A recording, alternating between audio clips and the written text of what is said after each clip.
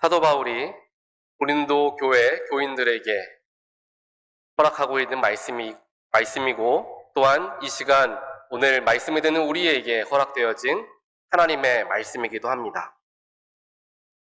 고린도 전서를 쓰고 또 사도 바울은 디모데 전후서도 마찬가지로 작성을 하였죠. 특별하게 사도 바울의 삶이 디모데 후서 마지막 부분에 굉장히 자세하게 드러나고 있는 것을 우리는 볼 수가 있습니다.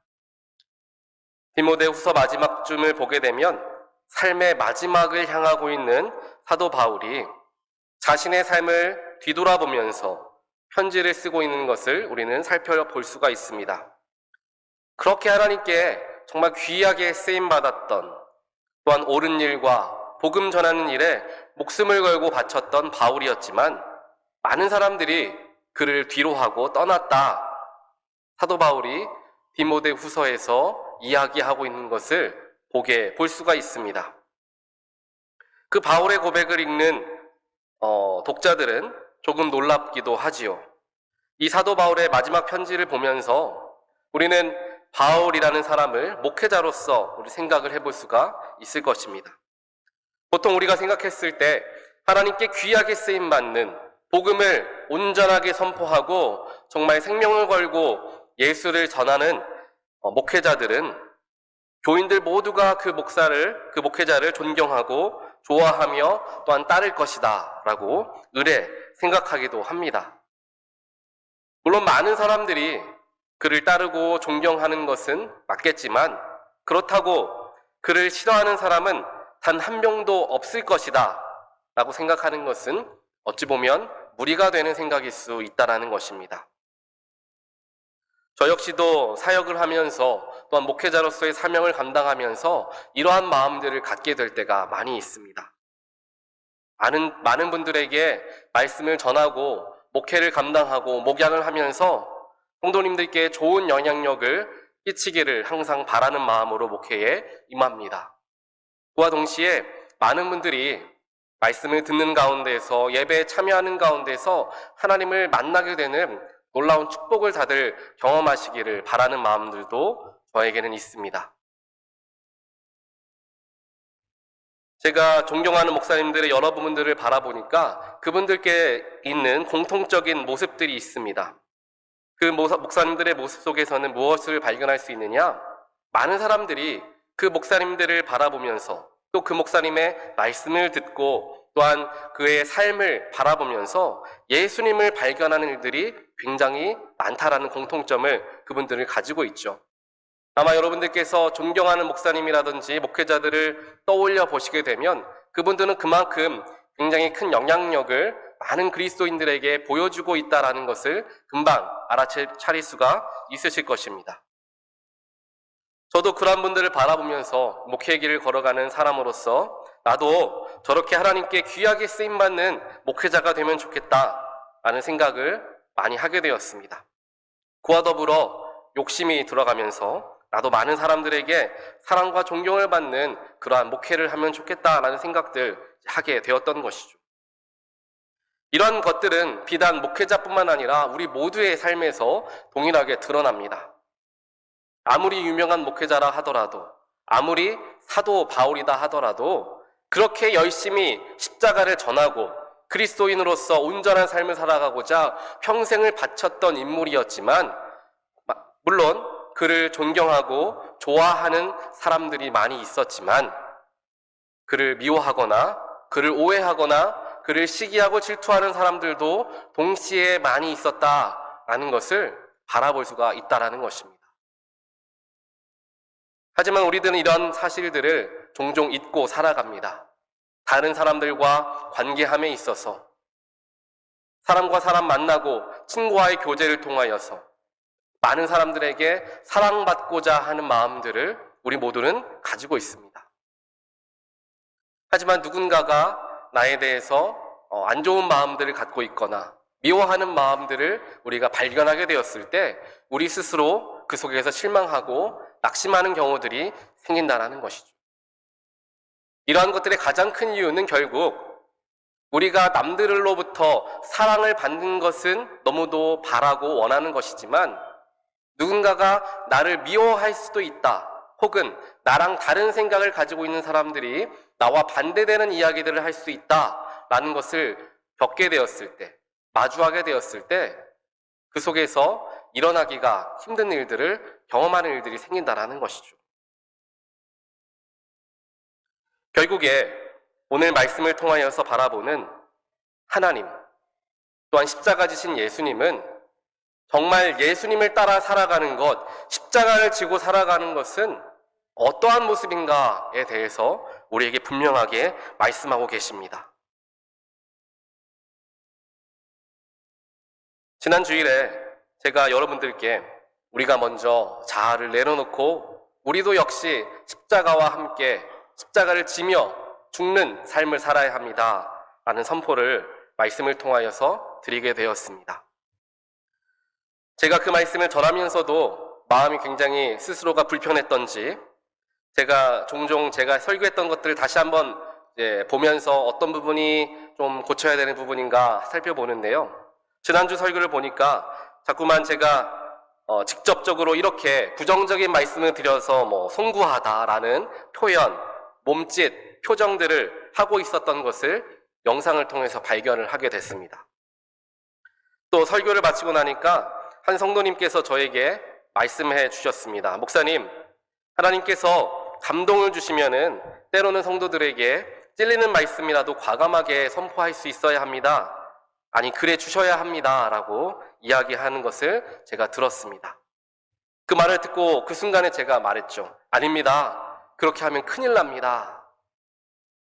그 순간에도 아직도 저의 마음속에는 누군가에게 미움받지 않으려는 그러한 욕심들이 가득했던 것 같습니다. 자꾸만 사람들을 불편하게 해서는 안 된다. 겸손한 척 하려는 그러한 이기적인 마음 때문에 예수님을 올바르게 전하지 못하고 좋은 사람으로만 남기를 원할 때가 있었다라는 것을 제 스스로가 살펴보게 되었습니다. 그러면서 한 가지 오래전에 있었던 일이 떠오르게 되었습니다. 한 20년쯤 전 일인데요. 제가 한국에서 감리교 신학대학교를 다닐 때에 대학교 신학교 2학년 때의 일이었습니다. 여느 때와 같이 교회 사역을 마치고 당시에 학교 기숙사에 살았는데 기숙사로 돌아오는 길이었습니다. 당시 제가 섬기던 교회는 역삼동에 있는 감남 감리교회인데요. 그 교회 그 당시에 심호하시던 목사님이 남문희 목사님이셨어요. 아마 아시는 분들은 아시겠지만 남문희 목사님이 그때 심호하시던 교회에 제가 2년 정도 사역을 하게 되었습니다. 그래서 교회는 역삼동에 있었고요. 학교는 서대문에 있으니까 저는 지하철을 항상 이용했습니다. 역삼동에서 학교까지 서대문역까지 지하철을 타고 가려면은 2호선을 탔다가 3호선, 5호선을 갈아타야 하는 그런 지하철의 경로였죠. 기억하시는 분들은 아시겠지만 3호선에서 이제 5호선으로 갈아타려면은 경유할 수 있는 그 역이 있는데 그것이 바로 이제 고속터미널 역이었습니다. 고속터미널 역에 항상 교회가 마치거나 교회에 가는 길에 항상 환승하는 일들이 있었던 거죠. 환승할 때마다 그 당시에 어렸고 또 철없던 신학생이었던 제 귀를 불편하게 하는 소리가 그 고속터미널 역에서 항상 들려왔습니다. 목에는 예수 천당 불신 지옥이라는 피켓을 목에 걸고 정말 목이 터져라 예수 믿으십시오. 예수 믿으면 천국 가고 예수 믿지 않으면 지옥 갑니다. 목이 터져라고 외치는 한 중년의 남성분을 항상 보게 되었습니다. 그분을 보면서 이제 좀 신학을 배웠다고 스스로가 생각하는 거죠. 지금 시대가 어느 때인데 예수 천당 불신 지옥 이런 말 하면서 복음을 전하나 오히려 저렇게 했다가는 하나님을 모르는 사람들이 기독교인들을 욕하는 일들이 생기지 않을까? 왜 사람들을 불편하게 공공시설에서 저렇게 하나? 어린 마음으로 생각을 하게 되었습니다. 그렇게 속으로 생각을 하면서 여느 때와 같이 학교에 돌아왔고 다음날 새벽에 학교 전체 새벽 기도회에 참여해서 말씀을 듣게 되었습니다. 그 말씀을 듣는데 그 말씀의 본문이 어디였냐 하면은 바로 세례 요한이 등장하는 말씀이었죠. 아무도 알아주지 않고 아무도 들어주지 않아도 광야에 나아가서 예수의 오심을 선포하며 회개하라, 천국이 가까웠다 외쳤던 세례 요한의 모습을 그날 새벽에 말씀으로 대하게 되었습니다. 그 말씀을 대하면서 그때부터 제 마음에 찔림이 찾아오기 시작했습니다. 바로 그날 전날에 지하철에서 만난 예수를 외치는 작은 체구의 그 남자분이 떠올랐던 것이죠. 그러면서 예수님께서 그 순간에 제 마음속에 말씀해 주셨습니다. 너는 정말 저 사람처럼 내 이름을 목이 터져라 외칠 수 있느냐? 너는 저 사람이 외치는 그 마음의 중심을 볼 수 있느냐? 하나님께서 저에게 말씀해 주셨습니다. 그 순간에 제가 너무도 부끄럽고 너무나 죄송해서 하나님께 얼마나 회개 기도를 드렸는지 모릅니다. 신앙생활을 하다 보면 이러한 마음들을 우리가 가질 때가 있습니다. 예수를 증거한다라는 것, 십자가를 이야기한다라는 것이 때로는 우리가 조심해야 하는 것, 조금은 가려서 해야 하는 것이라고 생각하기도 합니다. 남의 마음이 상하지 않게끔 조심조심 이야기하는 것 물론 좋겠지만 그것이 너무나 지나쳐서 복음이라는 것은 뒤로 살짝 가린 채 도덕적으로만 훌륭한 모습을 보이려는 우리의 연약한 모습을 우리 모두가 경험하며 살아갑니다. 우리 스스로 한번 물어보기를 원합니다. 주위에서 만약에 우리들을 처음 만나는 사람이 우리의 삶을 보았을 때 당신은 정말 그리스도인이시군요 라고 이야기할 수 있는 삶을 우리는 살아가는가? 내가 기독교인입니다. 나는 주일에 교회 갑니다. 라고 말하지 않으면 내 주위에 있는 사람 누구도 교회에 다녔어요? 라고 생각할 정도의 그런 모습을 우리는 살아가고 있지는 않은가? 우리 스스로에게 한번 물어보아야 할 것입니다. 때로는 겸손함으로써 우리의 신앙의 진리를 가릴 때가 있습니다. 결국에 세상 사람들에게도 겸손하게 다가가야 한다. 복음을 전하더라도 그분들의 마음을 상하지 않게, 물론 상하게 해서는 안 되겠지만 거기에 조심스럽게 다가가야 한다는 것을 너무도 생각하는 나머지 이 겸손이라는 것에 정말 중요한 것을 놓치거나 가려지게 되는 일들이 많다라는 것입니다. 보통 우리가 겸손이라고 하는 단어를 살펴보면 또 겸손한 모습을 보이시는 분들을 보게 되면은 대부분 겸손한 분들은 스스로를 잘 판단할 줄 아는 분들이십니다.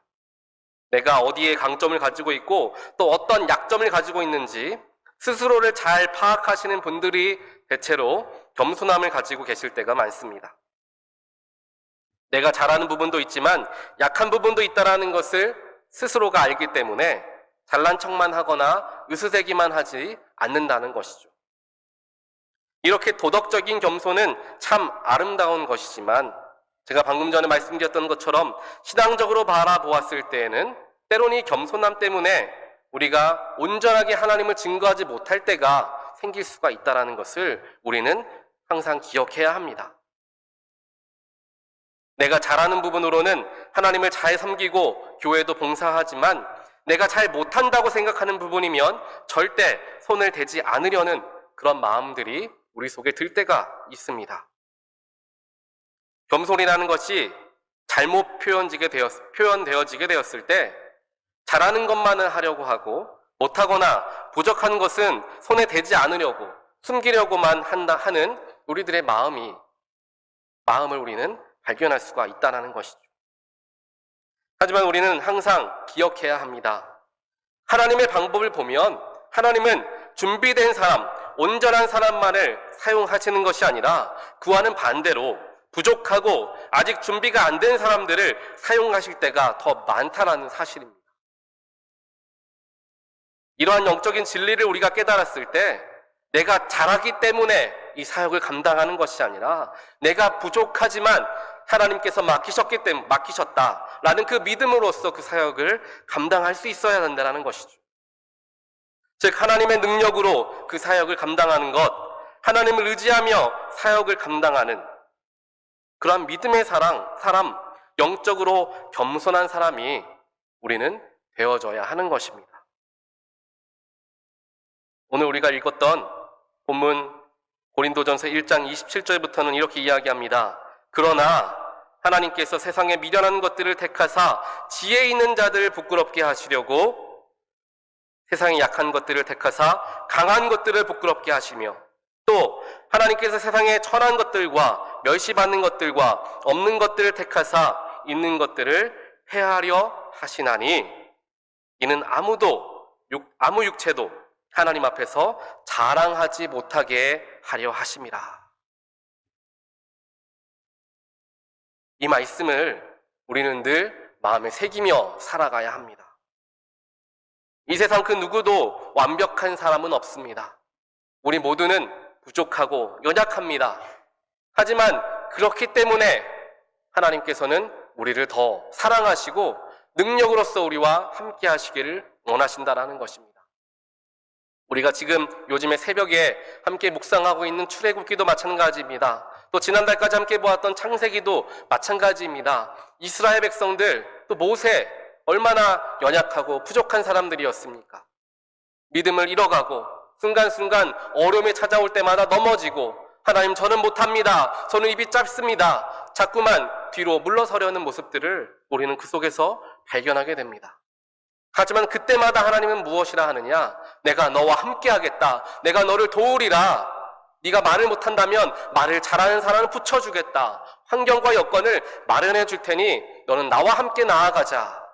하나님은 분명하게 말씀하고 계시다라는 것입니다. 때로는 우리가 감당하기 어려운 일들이 우리 삶에 펼쳐질 때가 있습니다. 때로는 우리의 신앙의 여정 가운데 정말 영적인 어려움을 경험하는 그러한 신앙의 때를 보낼 때도 있습니다. 하지만 그때에 우리가 바라보아야 할 곳은 바로 하나님입니다. 내가 부족하기 때문에, 내가 연약하기 때문에 나는 못합니다. 가 아니라 나는 부족하지만, 나는 연약하지만 하나님이 부르셨기 때문에 하나님이 도우실 것을 내가 믿고 내가 주님과 함께 나아갑니다. 다만 주님, 저와 늘 함께하여 주십시오. 이러한 믿음의 고백이 우리 모두에게 있게 되기를 간절히 소원합니다. 그러한 믿음으로써 우리 교회를 섬기며 우리의 삶을 살아나아갈 때 우리의 삶은 변화되어질 수밖에 없게 되는 것이죠. 지난주부터 계속 광고 드렸던 것과 같이 우리가 느헤미야 성경 공부를 지난 여성반은 지난 수요일에, 남성반은 어제죠, 토요일에 우리가 함께 모이게 되었습니다. 그 자리에 모여서 우리가 무엇을 나누느냐? 느헤미야라는 인물을 바라보면서 느헤미야는 정말 평신도 지도자였는데 에스라, 즉 영적 지도자와 함께 이스라엘 백성들을 온전하게 이끌어 나아가길 원하는 영적 재각성을 이루는 성전과 성벽을 재건하는 놀라운 일에 쓰임받은 이 느헤미야를 우리가 살펴보면서 우리 역시 느헤미야와 같은 담대함으로써 신앙생활을 해야 할 것이며 또한 교회를 섬겨야 할 것이다. 우리 모두가 다 리더이다 라는 것을 배우는 시간이 되어지고 있습니다. 그렇습니다. 교회의 리더는 몇몇 사람들이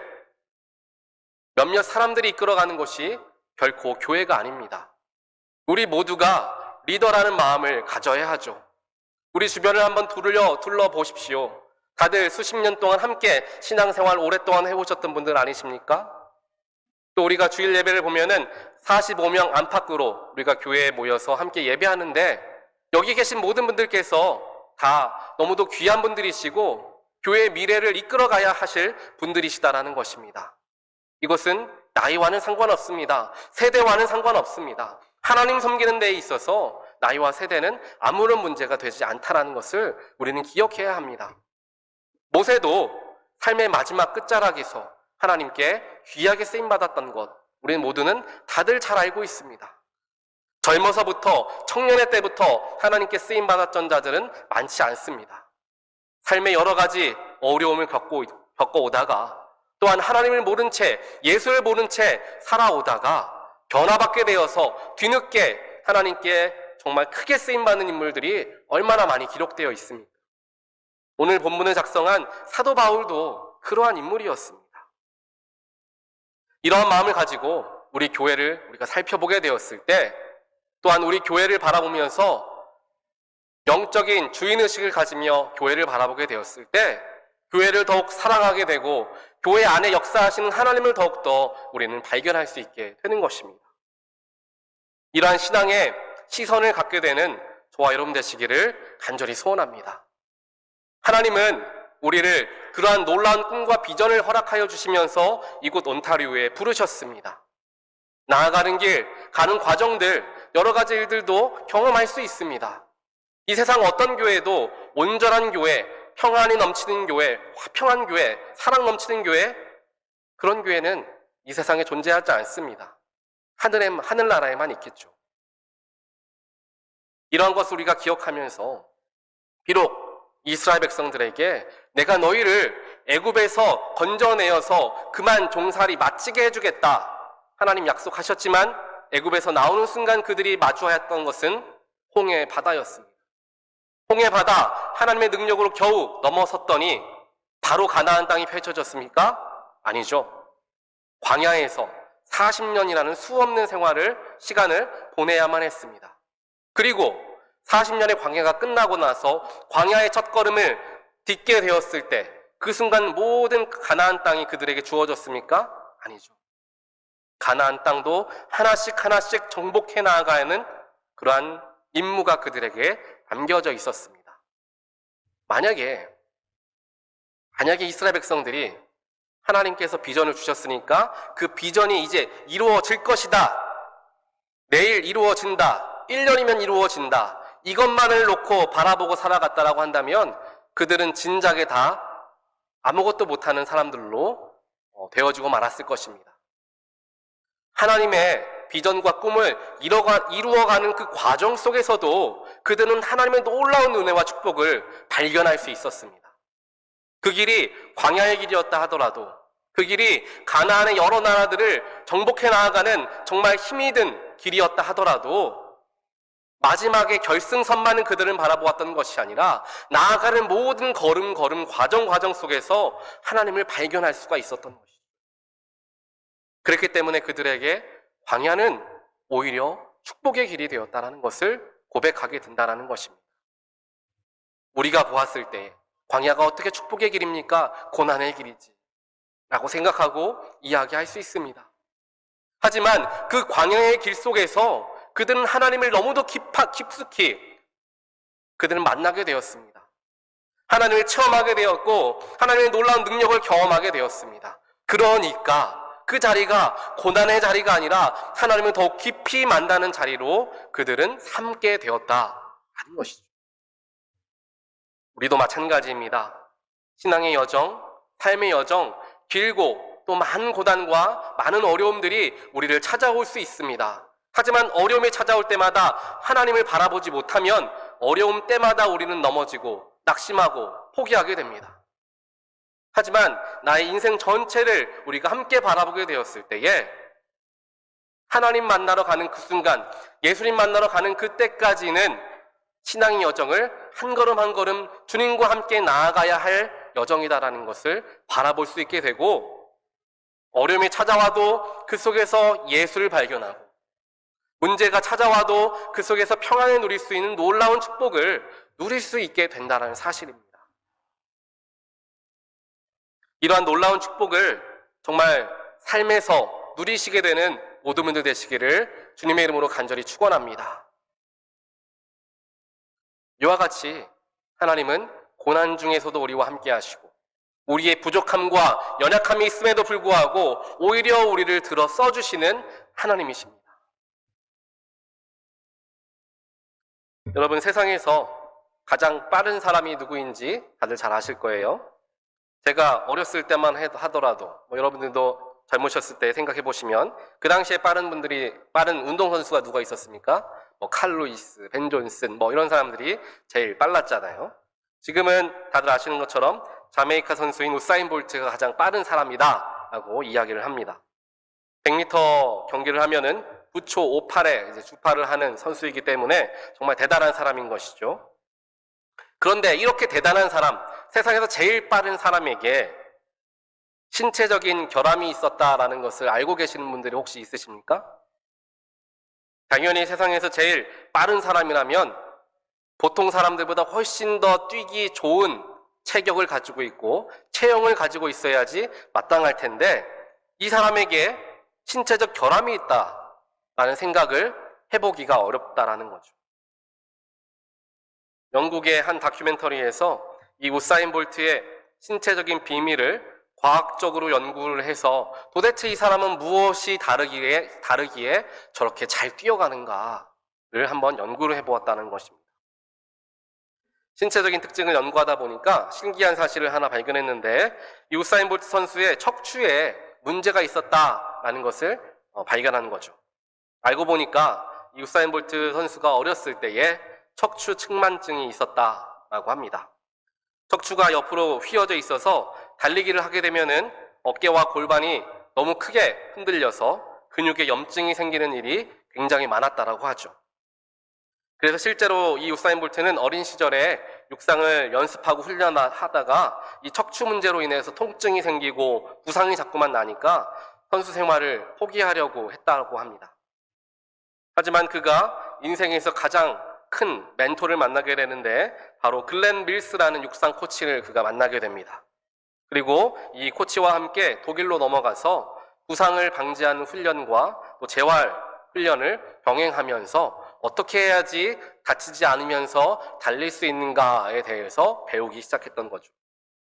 그 결과 어깨와 골반이 크게 흔들리는 이 신체적 결함, 단점을 오히려 역이용해서 그 흔들리는 반동으로 스타트를 빠르게 하는 방법을 찾아내고 훈련하게 되었다는 것입니다. 그 결과 누구도 따라올 수 없는 그 스피드를 우사인 볼트 선수는 갖게 되었던 것이죠. 우사인 볼트의 어린 시절에는 많은 사람들이 운동을 포기하라고 권유하고 때로는 그러한 척추가 문제 있는 사람이 어떻게 달리기를 할 수 있냐라고 이야기하면서 무시하는 사람들도 많았다고 합니다. 본인 스스로도 사람들의 평가 때문에 나는 열심히 해보려고 하는데 자꾸만 몸이 아프고 사람들도 그렇게 이야기하니까 내가 이거 그만해야 되나 라는 생각을 했다라고 해요. 하지만 그가 글렌 밀스 코치를 만나게 되고 그를 통하여서 자신의 약점을 오히려 강점으로 변화시키는 방법을 깨우치게 되었다. 그래서 세상에서 가장 빠른 사나이가 될 수 있었다라는 이야기를 제가 듣게 되었습니다. 마치 예수님께서 우리에게 해주시는 일이 이와 같습니다.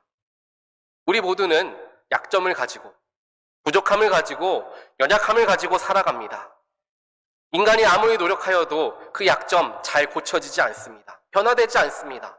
사람은 변화내는 것이 쉽지 않다는 것 우리 다들 잘 알고 있습니다. 하지만 그러한 약점과 부족함마저도 하나님께서 임재하시고 예수께서 동행하시면은 얼마든지 그것이 강점으로 변화되어지게 된다는 것을 우리는 꼭 기억해야 합니다. 하나님께서는 우리에게 먼저 찾아와 주시고 약한 것으로 하여금 강하게 하시는 분을 믿으시는 우리 모든 분들 되시기를 다시 한번 주님의 이름으로 간절히 축원합니다. 성경에도 이러한 하나님의 모습은 수도 없이 기록되어 있습니다. 사사기를 보면 이스라엘의 두 번째 사사인 에훗이라는 사람이 나옵니다. 이 에훗을 소개하는 장면이 굉장히 흥미로운데요. 이 에훗은 어떤 사람이냐고 소개를 하냐면은 성경에서 야곱의 막내 아들 베냐민의 증손자이자 왼손잡이였더라 라고 이야기합니다. 베냐민 지파이다라는 것을 소개하는 것까지는 좋은데 왼손잡이였다라는 것으로 또한 소개를 하고 있다는 것이죠. 그런데 그 당시에 베냐민 지파의 사람이었다는 것은 무엇을 의미하는 것인가? 또 왼손잡이라는 것은 무엇을 의미하는 것인가를 우리는 생각해 볼 수 있습니다. 첫 번째로 베냐민 지파 사람 에훗을 보게 되면 사사시대에 들어가면서 이스라엘 민족들에게 그들의 리더 역할을 감당하던 몇몇 지파들이 있었습니다. 유다와 에브라임 지파 그리고 레위 지파와 같이 정치적, 종교적인 명문가를 중심으로 이스라엘은 유지되고 또 운영되고 있었습니다. 그에 비해서 이 베냐민 지파는 좀처럼 힘을 쓰기가 어려웠던 그러한 위치에 있었죠. 그런데 사사 에훗은 이 베냐민 지파 출신이었다. 별 볼 일 없는 지파 출신이었다라는 것을 이야기를 하고 있는 것입니다. 두 번째로 에훗이 왼손잡이였다라고 표현을 하는데요. 이 왼손잡이라는 표현을 히브리어 원어로서 보게 되면 이렇게 이야기합니다. 이쉬 이테르 야드 여미노라고 표현을 하는데요. 여기서 이쉬라는 단어는 남자를 의미하고요. 이테르라는 것은 묶여있는, 쓰지 못하는 이라는 뜻을 가지고 있습니다. 그리고 여미노는 이제 오른손을 뜻하죠. 이걸 합쳐서 하게 되면 오른손을 사용하지 못하는, 쓰지 못하는, 혹은 오른손이 묶인 남자다라는 뜻을 가지고 있는 단어가 이 왼손잡이라는 단어에 담겨져 있는 뜻이었다라는 것입니다. 물론 여기에는 신학자들에 따라서 해석하는 차이가 있기는 하지만 원문에 가깝게 우리가 해석을 해보았을 때 에훗은 오른손에 장애를 가진 인물, 즉 오른손을 못 쓰는 사람이었다라는 것으로 우리는 해석해 볼 수가 있습니다. 그 당시에 왼손잡이, 더 나아가 장애인이라는 사람에 대한 인식이 어땠을까요? 당연하겠죠. 우리나라에서도 예전에는 왼손잡이, 장애인들에 대한, 지금도 마찬가지입니다, 편견을 많이 가지고 있죠. 그 당시 이스라엘도 마찬가지였습니다. 왼손잡이, 더 나아가 장애인들은 어디에서나 무시를 받거나 괄시를 받는 사람들이었습니다. 이렇게 사사 에훗의 외형적인 모습을 바라보게 되었을 때 에훗이란 사람은 굉장히 큰 약점을 가지고 있는 사람이었다라는 것을 우리는 알 수가 있습니다. 출세하기 힘든 베냐민 지파 사람이었고 게다가 오른손을 쓰지 못하는 사람이었다라는 것이죠. 하지만 하나님께서는 이 에훗을 특별하게 사용하셔서 그를 사사로 세우십니다. 그래서 이 에훗은 이스라엘을 다스리는 두 번째 사사로서 하나님께 쓰임받게 되고, 그 당시 이스라엘을 정말 압제하고 괴롭혔던 모압, 또 그 모압의 왕이었던 이 에글론을 처단하게 되는 놀라운 일을 그를 통하여서 하시게 됩니다. 그 사건으로 말미암아 80년이라는 정말 긴 세월 동안 평화를 이스라엘에 가져오게 하는 놀라운 지도자로 이 에훗을 사용하셨다라는 것을 우리는 볼 수가 있다는 것이죠. 결국 약한 부분을 통하여서 강하게 역사하신 하나님이 잘 나타나고 있는 것입니다. 여기서 우리는 생각해 볼 수 있을 것입니다. 그 많고 많은 사람들 중에 왜 단점이 많았던 에훗을 하나님께서 사용하셨을까? 라는 것입니다. 잘 나가는 사람, 힘이 센 사람, 여러모로 인정받는 사람들을 잘 사용할 수도 있겠지만 하나님의 방법은 그와는 달랐던 것이죠. 만약에 그렇게 했다라고 한다면 이스라엘은 자만에 빠지고 말았을 것입니다. 자신이 강하다고 생각하는 부분을 사용해서 승리를 얻게 되면은 역시 내가 참 잘하는구나 라고 생각하며 자만에 빠질 것이 분명했기 때문입니다. 그랬기 때문에 하나님은 더욱더 약한 사람을, 약한 부분을 사용하셨습니다.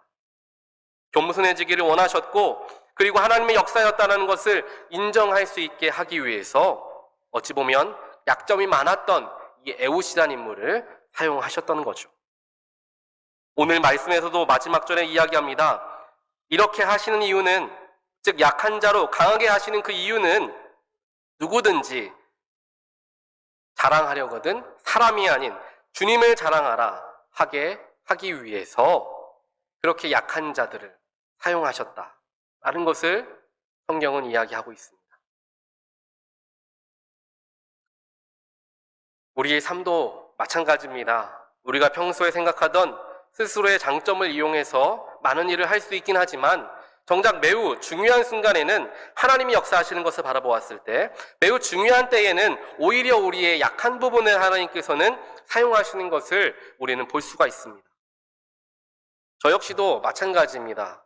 어렸을 때 저는 굉장히 소심한 성격의 어린이였습니다. 그래서 제 혈액형도 A형인데요. 그래서 굉장히 낯을 가리고 누군가에게 실수하거나 말을 잘못한 것이 있으면 굉장히 마음에 담아두는 그러한 성격이기도 합니다. 그리고 누군가가 이야기했을 때 말은 좋게 이야기하는데 표정이 조금 어두웠다 하면은 왜 그분은 표정이 어두웠을까 며칠 동안 고민하다가 그런 생각을 하는 그런 사람입니다. 그러다 보니까 당연히 앞에 서서 이야기하는 것, 누구 앞에서 이끌어가는 것을 굉장히 어려워하던 성격을 가지고 있었습니다. 리더의 역할, 반장이라는 거 잘 해보지도 못했고 남들이 하는 거 따라가는 그러한 어린 시절을 보내왔습니다. 그래서 지금도 아직도 기억이 나는 게 무엇이냐면은 음악 실습 시간이었는데 리코더를 연주를 하잖아요. 이걸 리코더 연습을 집에서 정말 열심히 했어요. 잘하려고 열심히 했는데 리코더 실기 시험을 보는 그날에 앞에 서서 이제 하려고 하니까 너무 떨리는 거예요. 리코더는 무엇이 중요하죠? 호흡이 중요하잖아요. 떨리면은 호흡이 흔들립니다. 그러면은 떨리면은 결코 리코더를 불 수가 없는 거죠. 그래가지고 앞에서 얼굴이 빨개져서 부랴부랴 이제 다시 자리로 돌아갔던 그때를 지금도 기억하고 있습니다. 그만큼 남 앞에 서는 것을 굉장히 무서워했던 그러한 어린 시절을 저는 가지고 있죠. 하지만 하나님께는 신기하게도 그런 저를 제가 약하고 부족하다라고 생각하는 목회자로서 하나님은 저를 불러주셨습니다. 남들 앞에 서서 말씀도 전하게 하고 찬양도 하게 하고 기도하는 사람으로서 저를 불러주셨던 것입니다. 정말 부족하고 부끄러워서 도망치고 싶은 때도 신학생 시절 때에는 정말 여러 번 수도 없이 경험했습니다. 주일 아침에 새벽 설교를 어쩌다가 한 번씩 신학생 때였을 때 정말 맡게 되었을 때에는 정말 속이 배탈이 나가지고 새벽 예배에 나가기가 불안할 정도로 굉장히 긴장을 많이 하던 때를 지나왔습니다. 하지만 감사하게도 하나님께서는 그런 연약한 부분들을 오히려 들어 쓰셔서 이러한 자리에 서게 하셨고 제 스스로가 내가 연약한 부분이었다는 것을 잘 알고 있기 때문에 더욱 마음을 써가며 더욱 기도하며 더욱 겸손하게 나아갈 수 있도록 하나님께서 도우셨던 것을 저는 지금도 알 수가 있습니다. 그래서 오늘 말씀을 선포하기 전에 아침에 일찍 교회에 나와서 기도할 때에도 그런 기도를 드리게 됩니다. 하나님, 오늘 말씀 제 입술을 통하여 나가는 말씀이지만 하나님이 꼭 함께 해주십시오. 성령으로서 선포하여 주시고 내가 원하는 말 전하는 것이 아니라 하나님께서 오늘 우리에게 필요한 말씀, 꼭 필요한 말씀 허락해 주십시오. 주님 없으면 저 아무것도 할 수 없습니다. 그렇게 기도하고 이 자리에 서게 됩니다. 사랑하는 온타리오 교회 성도 여러분, 살아가다 보면 우리 스스로의 연약한 모습을 발견하고 그로 인하여서 마음이 상할 때가 많이 있습니다. 나는 왜 이럴까? 자책하기도 하고 하나님 앞에서도 물론 그렇죠. 반복되는 같은 잘못을 범하면서 하나님께 죄송하고 스스로를 책망하기도 합니다. 교회를 섬기는 것, 주님 앞에 나아가는 것 쉬운 일 아니라는 이야기들을 여러 번에 걸쳐서 말씀을 드리고 있습니다. 하지만 그럼에도 불구하고 우리가 주 앞에 설 수 있는 이유는 하나님이 부르셨다라는 그 믿음과 신뢰함 때문이라는 것을 우리는 결단코 잊어서는 안 됩니다. 우리를 이곳에 불러주시고 이 자리에 세우신 분은 하나님이십니다. 제가 우리 성도님들 한 분 한 분을 바라보고 기억하고 또 기도할 때마다 정말 제가 이전까지는 잘 몰랐지만 사랑하는 성도 여러분이라는 말이 결코 그냥 드리는 말씀이 아니라는 것을 제 스스로가 깨닫습니다. 사랑하는 성도 여러분이라고 이야기할 때 그 사랑하느니 괜히 그냥 듣기 좋으라고 드리는 말씀이 결코 아닙니다. 그만큼 성도님들을 사랑하는 마음이 제 안에 있고 성도님들이 올바르게 신앙생활을 하고 또 하나님을 깊이 체험하기를 제 마음속에 정말 항상 바라고 기도합니다. 하나님을 섬기는 가운데에서 우리 속에 연약함과 부족함을 발견하게 될 때에 우린 오히려 하나님께 감사하게 되는 그런 마음을 갖기를 원합니다. 우리가 부족하지만 그렇기 때문에 하나님 앞에 나와 기도하라는 것이구나. 내가 연약하니까 하나님이 힘 주시겠구나. 그러한 믿음을 가지고 주 앞에 나아갈 때에 오히려 나의 약한 부분, 나의 부족한 부분을 가지고 오히려 강한 자들을 부끄럽게 하고 오히려 세상의 힘으로써 모든 것들을 지배하는 그들을 부끄럽게 할 것임을 우리들은 바라보고 나아가야 할 줄 믿습니다. 그러한 믿음으로써 우리가 신앙생활을 하고 삶을 대할 때에 그때 하나님께서 우리의 삶에 역사하여 주실 줄 믿습니다. 우리 이 시간 함께 찬양하는 시간을 갖기를 원합니다. 우리 약한 나로 강하게, 가난한 날 부하게, 눈먼 날 볼 수 있게 주님께서 나에게 행하셨습니다. 이 찬양 다들 아실 겁니다. 우리 함께 고백하면서 그렇습니다. 하나님, 우리 부족합니다. 우리 연약합니다. 주님이 도우시지 않으면 저희들 아무것도 할 수 없는 사람인 것을 주님 아시지 않습니까? 주님 이 시간 주님의 도움이 필요합니다. 나의 연약함마저도 들어쓰시고 변화시켜 주실 그 주님의 힘과 능력이 지금 우리에게 필요합니다. 약한 나를, 부족한 나를 주님 강하게 하시고 변화시켜 주시옵소서. 우리 마음을 담아서 함께 고백하는 시간 갖겠습니다. 약한 나로 강하게, 가난한 날 부하게, 눈먼 날 볼 수 있게 주 내게. 우리 한 번 더 고백할까요? 약한 나로 강하게, 약한 나로 강하게, 가난한 날 부하게, 눈먼 날 볼 수 있게 주 내게 행하. 호산나 호산나 호산나 호산나, 죽임 당한 어린 양. 호산나 호산나, 예수 다시 사셨네. 내가 건너야 할 강, 거기서 내 죄 씻겼네. 이제 주의 사랑이 나를 향해 깊은 강에서, 깊은 강에서 주가 나를 일으키셨도다. 구원의 노래 부르리, 예수 자유주. 호산나 호산나 호산나 호산나, 죽임 당한 어린 양. 호산나 호산나, 예수다. 호산나 호산나 호산나 호산나, 죽임 당한 어린 양.